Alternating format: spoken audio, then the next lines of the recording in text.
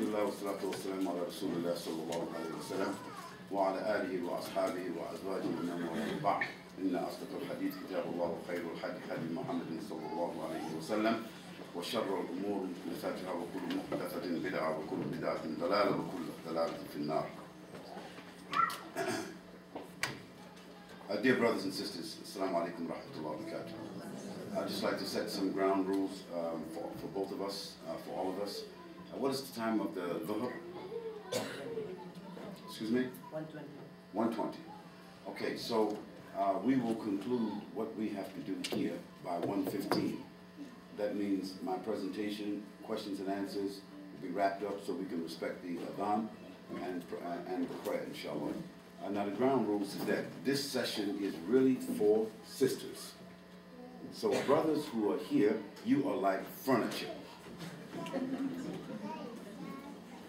Like we call it like fly on the wall.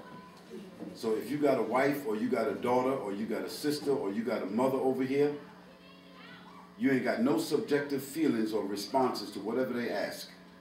Secondly, you have no right to be going back home and asking them, why did you say that? How come you asked that? So if you can't comply with that, you need to step out of here, okay, and give the sisters, you know, their rights. Okay, is that we agree with that? Brothers, we agree with that? Yes, of course. Okay, good. So any other brothers that come in, I will kind of like be every 10 minutes dropping that disclosure on them so they basically understand it. Because from my personal experience, sisters need to have room to ask what they want to ask. I need to be able to say what I want to say without men getting that, you know, their hormones all messed up. You understand me? About why is the sheikh talking like that? Why is the sheikh answering them like that? Why is she asking something like that? Because then we're back at square one again, where the sisters basically, they're not empowered. And so since what we're talking about here is the empowerment of women, the first empowerment that women have, they have the right to express themselves. They have a right, you understand me, to ask what they want to ask. They have a right to complain. They have a right to express themselves. They have a right, you understand me, to their own opinions, their own values. They also have a right to complain. And they got a right to their own property and their own determination. This is part of what Allah gave them. Sometimes the Muslim culture conflicts with that. And we'll deal with that issue and talk with that a little bit. Now, sisters, this again is part of a series of discussions which I've had over the past 5 to 7 years, trying to approach different issues from a social perspective. Because as far as I'm concerned, Muslims continue to talk about doctrine. It's always the questions that's coming at the end of all lectures. It's always about doctrine. Is this halal? Is this haram? Can we close that window over there, please? Is this halal? Is this haram? Can I do this? Can I do that? Is this okay? What about this here? Marriage, divorce, my children, you know, my hijab, my this, my that. This is all doctrine. And as long as you keep talking about doctrine, you're not going anywhere.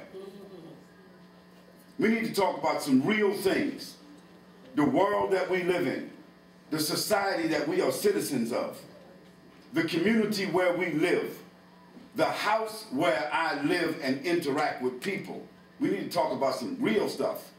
Because if you don't talk about it, it means that you're in denial, and that's not a river in Egypt.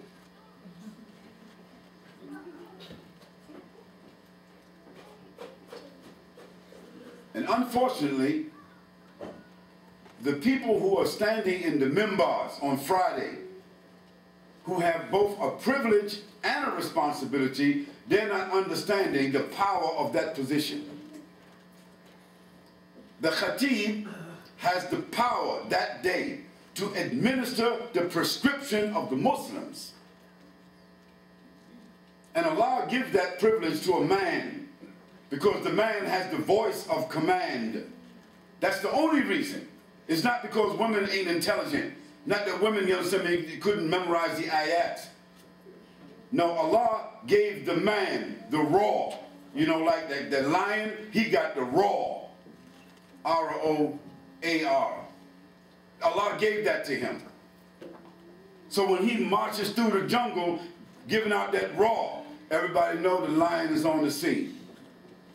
So Allah gave the khatib the power of that voice, the magnitude of, you understand me, his position, standing over the people, talking to them, administering them, evaluating them, commanding them, advising them. And if we understood, those of us who are given that privilege, if we understood that, the first thing we would go about doing is making sure that I know who it is I'm talking to.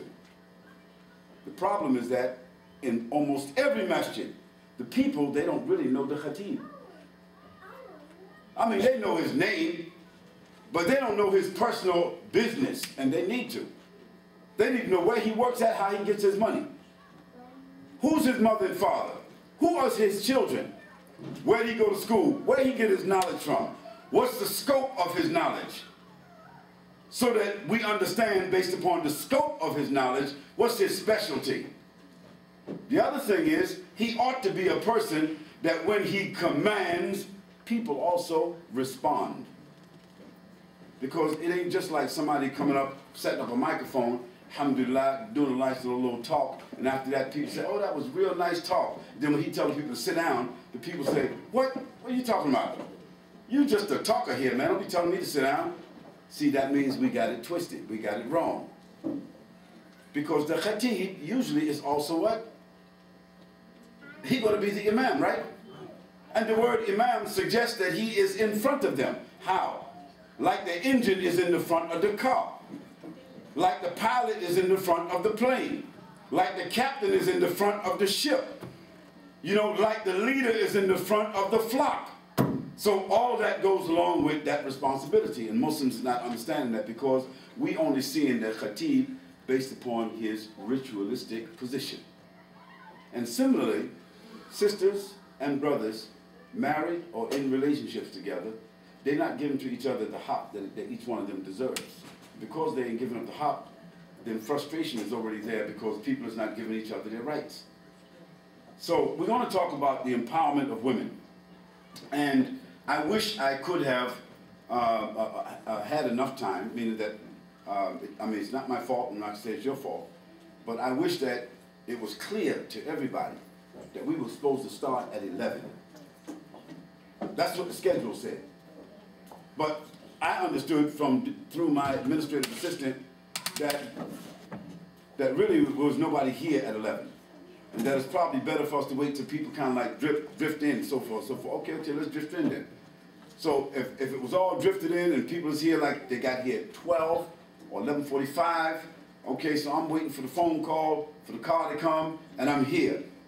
But really, I had a PowerPoint presentation that I want, because the PowerPoint presentation is like a picture of what? What's it called? Yeah, it's an Arab proverb. No, thank you, I'm cool, Aki. Okay, just leave it right there. I appreciate it, brother. Alhamdulillah. Barakallah fi. It's okay. Shukran. Thank you. A picture is 1,000 words. See, and sometimes in what we're trying to convey in an hour, just a graphic illustration can do that in 5 minutes. But we don't have that time right now. So what I'm going to do essentially is I'm going to do my best to try to convey to you, you know, in a very short, concise way, the road towards empowerment. Now, empowerment, we need to define the word. Now, there's some sisters here who are graduates, undergraduates, who are simply just smart sisters. So I want to ask, what does the word empowerment mean? Don't go to no iPhone or iPad. Just tell me what you believe empowerment means. That's what I want to know. To be able to see yourself as a person. Well, that's an outcome of empowerment. I want to know what the word, know what the word means to the best of your ability. Come for me with Funkin Wagner. Come to me with Merriam-Webster. Come to me, you understand me, with, you understand me, the American Collegiate Dictionary. Come to me, you understand, from Thorndike or one of those places. I want to understand as close as you can get, what is the meaning of the word empowerment? Because if we don't know the meaning of words, then we're going by assumption, and the first 3 letters of assumption is like a donkey. Like you have the power to make important decisions about your life. Okay, that's good. I like that. You took a word out of the word. But no, I want the definition if you can. And sisters, if I'm pressing you, I don't mean to be pressing you, but you know, in basketball, if I really want to know if a team can play or not, I put my team on full court press, right? Brothers who know how to play basketball, we put them on full court press. And if they can't really play, they're going to turn the ball over. We get us another chance, get us another shot. So here I'm putting full court press on you. I want to know how many of you sisters who have graduated from at least high school understand the word empowerment, and that you can give me, the closer to the best of your ability, what is the meaning of the word empowerment? Ability. Huh? Ability. Ability. Okay, I'll accept that. I want something a little bit more. It's the ability how you value yourself. That's a part of empowerment. I want the Thorndike, Merriam-Webster, okay, or Columbian, or something, one of those Columbus University dictionary definition. And I'm being very particular, sisters, because in a dialogue, it's very important that we be specific from the beginning, then we go to generalities. So I want to know, what's the word empowerment mean? Maybe strengthening. Okay, that's what we call a synonym. Yes. What about the emotional drive to make you start to reach a higher point? Okay, so we got about 4 or 5 different attempts, and some of them were all right. Yes. The rights to do things. Okay, the word empowerment. I just give you one particular. Yes, sister. Okay, Assalamu alaikum. Any kind of side conversations or whatever it is got to be modified. Sisters who have children, if you have children who you are not able to kind of like harness, you know what I mean, then they got to go. Because this is an operating room. And if you were being operated on, brain surgery or open heart surgery, you would not want no pretty little, nice little kid running around. So that's fair. I'm just being clear with you. You want the dictionary definition? Yes, sister. Refers to increasing the spiritual, political, social, educational, gender, or economic strength of individuals and communities. Allahu Akbar. Read it again, sister. Empowerment refers to increasing the spiritual, political, social, educational, gender, or economic strength of individuals and communities. Allahu Akbar. Now, we got to start from there, sisters. What I'm trying to have you do, before you come to any lecture, don't be coming to no lecture based on the personality, because from the beginning, you lost your rewards. All you're going to be getting is the bling-bling of somebody's personality. You know, like that's like, we call it the branding. You know, the whole world is into this whole popular thing. We choose leaders by their popularity. You know, we choose teams by their popularity. We choose songs by their popularity. We choose friends by their popularity. But popularity is not value. And popularity doesn't mean correct. Correct means that you have defined it. And defined it means you understand the value of it. When you understand the value of it, then you might be able to deal with it or qualify for it. So when you go to a lecture, you need to find out what the theme is. So when somebody gets to start talking outside of the theme, you got to raise your hand and say, excuse me, maybe I'm in the wrong lecture, but I think the theme of this lecture was so-and-so, and you're talking about something totally different. Now, if you don't do that, it means that the speaker, he or she can just talk about all kinds of stuff and waste your time. Because they be thinking maybe they all that. They like better than water. So we first need to define why we're going to a lecture. Who's going to be there and what is their expertise in that area?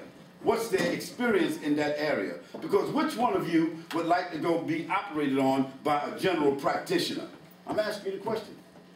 Who would like to be operated on by a general practitioner? No one. Because a general practitioner is a doctor. They also may know some procedures of surgery, but they have not necessarily done surgery, and that's not their expertise. Therefore, if you knew that, you would not go to that person to be operated on. Is that correct or not? Well, when people speak to you, sisters, they operating on your brain. They're dropping issues and ideas and opinions upon you that may change your life overwhelmingly. So, the dictionary meaning is where we should start at. And so that's consistent with what I want to deliver here today, the empowerment of women.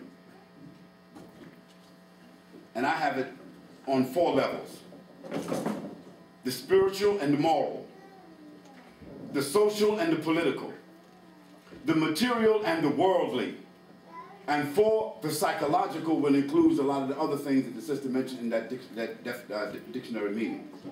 And so then we can spin off of that dictionary meaning and talk about how spiritual and moral empowerment, how that transcends within the sphere of Islam. And since we only have 45 minutes for our discussion, I'm not going to give a whole lot of ayats of Quran. I'm not going to give a lot of whole hadiths of the Prophet ﷺ, because this is not a class, okay, in the, giving the definitions and qualifications and all that there from Quran and Sunnah. No. You got Quran and you have the Sunnah of the Prophet ﷺ. You can go home and you can read that and you can put everything I'm going to say to you within context. And you got common sense. So I'm going to be dealing from dictionary meaning, from common sense interaction, and social reality. From that point, you can understand what Allah has said in different places and where it fits at. From a spiritual and moral point of view, and this is the first level of empowerment. We talking about empowerment. The dictionary is not necessarily going to give you that part because it's abstract to them. A person who's an academic, an academician, a person who's academic or scientific may not have no value about the issues of spirituality or morality, because to them that's like an abstract idea, concept, or value. But it does mean something to us because it means everything for us. It doesn't matter if you have material, social, political, worldly, psychological, confidence, blah, blah, blah. Doesn't matter if you do not have the spiritual and moral empowerment. What is the spiritual and moral empowerment? Allah has mentioned over and over throughout the Quran. He says, Ya ayyuhalladhina amanu taqullah. Allah is saying to us, oh, you who believe, be conscious of Allah. That statement, oh, you who believe, be conscious of Allah, that is the preamble of Allah's discussion with us over and over and over. That's the first level of empowerment. And what does it produce? Because, a tree is known by its what? Fruits. Fruits. Not the leaves, not the flowers, but the fruits. Because as one of our great scholars said, Abu al-Ala Maududi, rahmatullah alayhi, he said, a mango tree, a mango seed cannot produce a lemon tree. You can wish and hope all you want and say, well, inshallah, my hope and dream is to be this or that. But if you planted a lemon seed, you're not going to get a mango tree, ever, ever. So we need to know from the very beginning that the first value or the first level of empowerment for a Muslimah or a Muslim, comes from their belief. When you have Iman, that's the first level of distinction that you have with all other human beings, that you have Iman. And when you activate that Iman by having taqwa, because Iman is there, but it's dormant. It's something that you say, I believe, I accept, but that don't mean nothing until you do what? Till you put the foot to the pedal and the rubber hits the road and you take off. You can be at the airport all day long. It don't mean you're no passenger. So it's taqwa.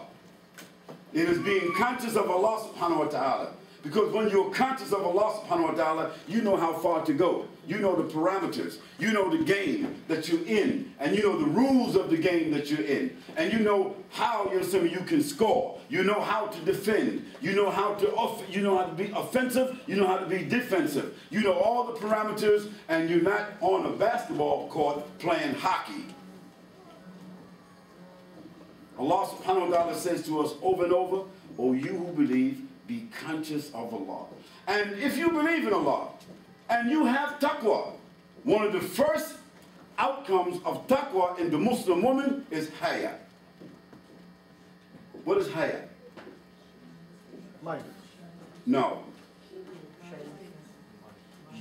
Modesty. Innocence.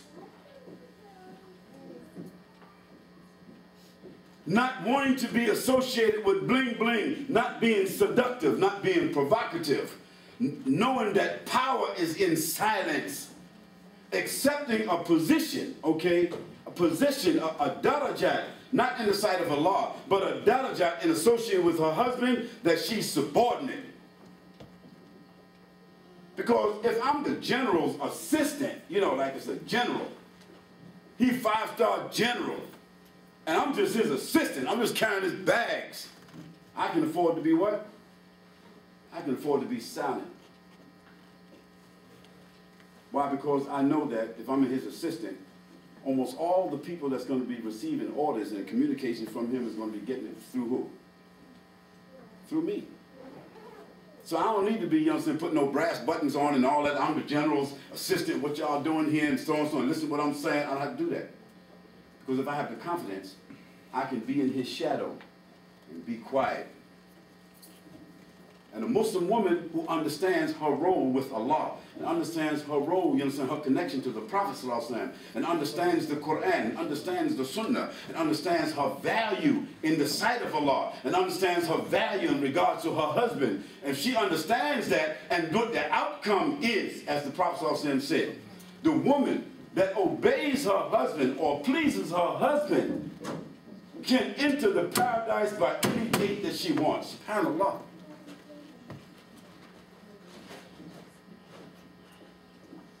See, so therefore, taqwa is what Allah orders you. Belief in taqwa is what Allah ordered you and prescribed for you. The outcome of that is haya, modesty, innocence, quietness, silence, subordination. Now, subordination here doesn't mean slavery, and subordination here don't mean secondary. Subordination here means something else. It's strategic. Strategic. The other outcome is the issue of akhlaq. Her personality develops. And through her personality, she's able, through her personality, to transcend other women that are in her circle.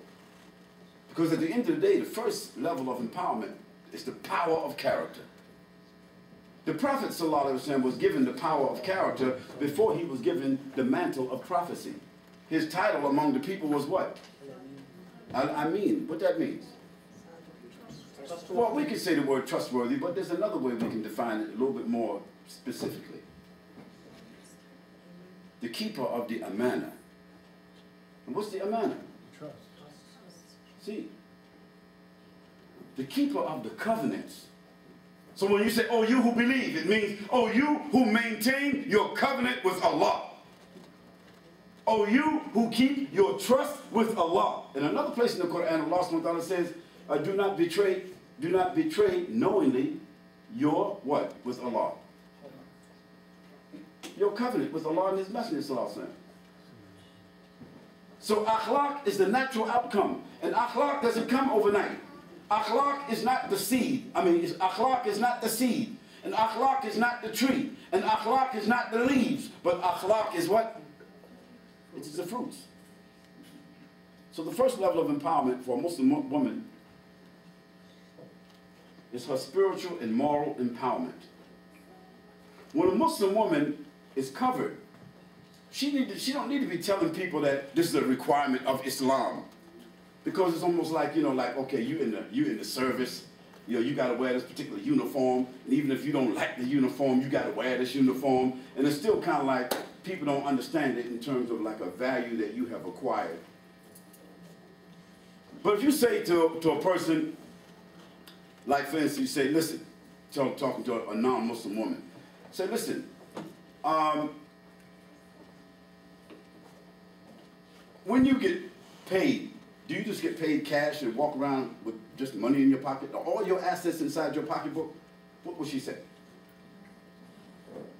No, even though y'all sisters got some big pocketbooks, got a lot of stuff inside them pocketbooks, those are not your assets. It's right or wrong? Right. Your assets are somewhere else, and they are what? Well guarded and protected. It's right or wrong? Right. And usually if they are CDs, if they're like gold certificates, or it's gold or silver or certificates of deposit or whatever the case might be, where are they at? Huh? In the bank. in the vault, under lock and key. Nobody can see it. Nobody can access it. Is that correct? So ask them, why you put it in the bank? They will say, to secure it. From who? From everyone, because it's mine. So then you can tell them, that's why we cover. To protect our assets. So our assets are only accessible to whom we give them access to. And our personal, social, our personal, spiritual, moral, social, political, material, worldly, psychological assets are worth more than gold and silver where you put your things. So therefore, that's why we're covered. Because this is my bank. I got it covered. These are my assets. I got it covered. So they can understand it from that point of view a little bit better than they can understand from the point that Islamically you are required to do that. They feel like your husband or somebody is ordering you to do that. You poor ladies. So then we can see that the girls on the beach with the bikini on, her assets is open for everybody, and probably everybody knows that she already been through everything. Because before she got on that magazine, before she got to all of that there, you know, even in, you see little girls in junior high school, they're already acting like whores. They dressing like whores, they talking like whores, they acting like whores, although they're innocent and they are virgins. So we're going to get to that part of it also, you understand, because this has to do, you understand me, with the first, spiritual, moral. Now, spiritual has to do with your relationship with Allah subhanahu wa ta'ala, which is more valuable than morality. Morality has to do, you understand, with your interaction with physical things, with mental things, how you are perceived by people, based upon your reputation, based upon your integrity. This is a different issue. And we Muslims, more so than anyone else, the Muslim woman is the most valued person in the family. Not the children. The children is our hope for the future. But our greatest value inside the family, it ain't even the man. Because, you know, I give a little example like this here, and sometimes, sisters, you know, I got to be a little graphic sometimes, so, and I'm from Brooklyn, so don't be, you know, blaming me. So, you know, if you're on a bus